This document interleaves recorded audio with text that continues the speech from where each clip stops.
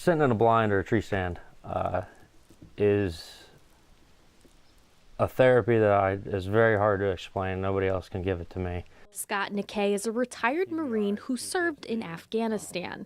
He suffers from PTSD, multiple traumatic brain injuries, a broken hand, and has issues just getting around. Hunting is his form of therapy.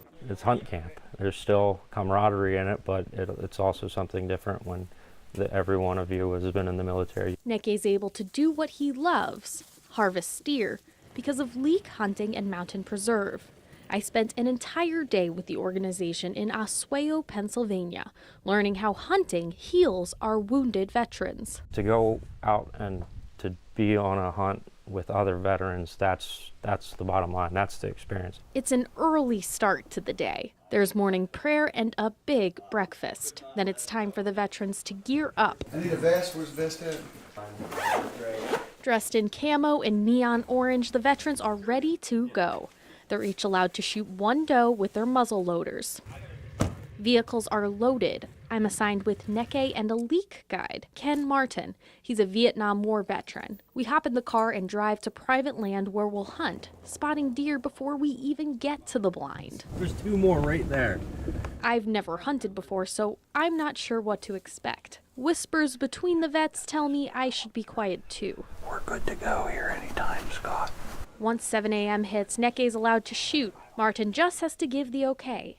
As the sun rises, we see multiple doe. Nikkei swears he can make a 200-yard shot, but Martin says to wait. There's another one. It's bigger. 7:24 a.m. and there's a deer looking right at us. Take her. It's 25 minutes into the first morning sit. One of these veterans was able to get a doe from less than 50 yards away. A great catch so early in this adventure. All right, let's go find her. Nikkei's happy to have a harvest. Pictures with the doe, another prayer to bless the catch, and it's time to go back to camp for lunch. At home, I don't have so many vet friends, so I can come here and I can release, so to speak. These guys speak my language. Mike Geib is a Gulf War veteran from Carlisle. Hunting helps him deal with PTSD and Gulf War syndrome. I'm closest to God. I'm closest to nature. I love being in the woods. That's my best mental therapy. Many of the veterans tell me the transition from military to normal life is hard. Add mental and physical disabilities, it can be extremely difficult. This helps the PTSD the most, my going hunting, whether it's here or anywhere else. Some of them say it's too expensive to go hunting on their own. But Leak makes it possible, sponsoring vets and paying for the trip. They all have things in common in their service to country, their sacrifice, and their injuries that they have. Some of them inside have been blown out of the back of the truck or been blown up inside a vehicle. So many people think freedom is free, and it is not free.